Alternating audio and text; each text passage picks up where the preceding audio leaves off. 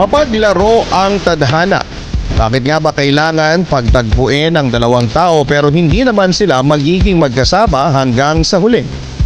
Ang sabi ng iba, nangyayari ito dahil sa bawat taong dumarating at umaalis sa buhay natin ay nagbibigay at nag-iwan sila ng mahalagang aral.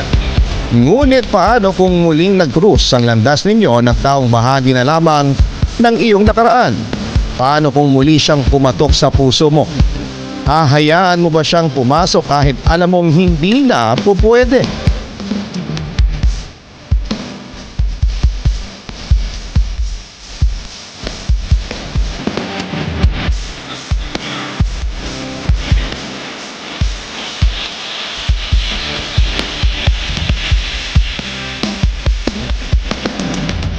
Hindi mo kasi sa akin makinig ah!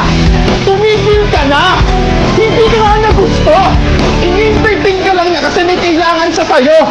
Hindi mo ba napapansin ha? Na-sweet lang siya sa'yo pag may kailangan siya!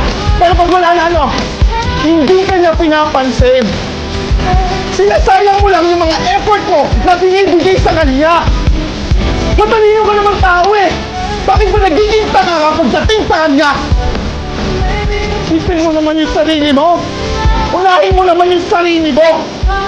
At tanggapin mo na hindi ka magugustuhan ng taong nagugustuhan mo!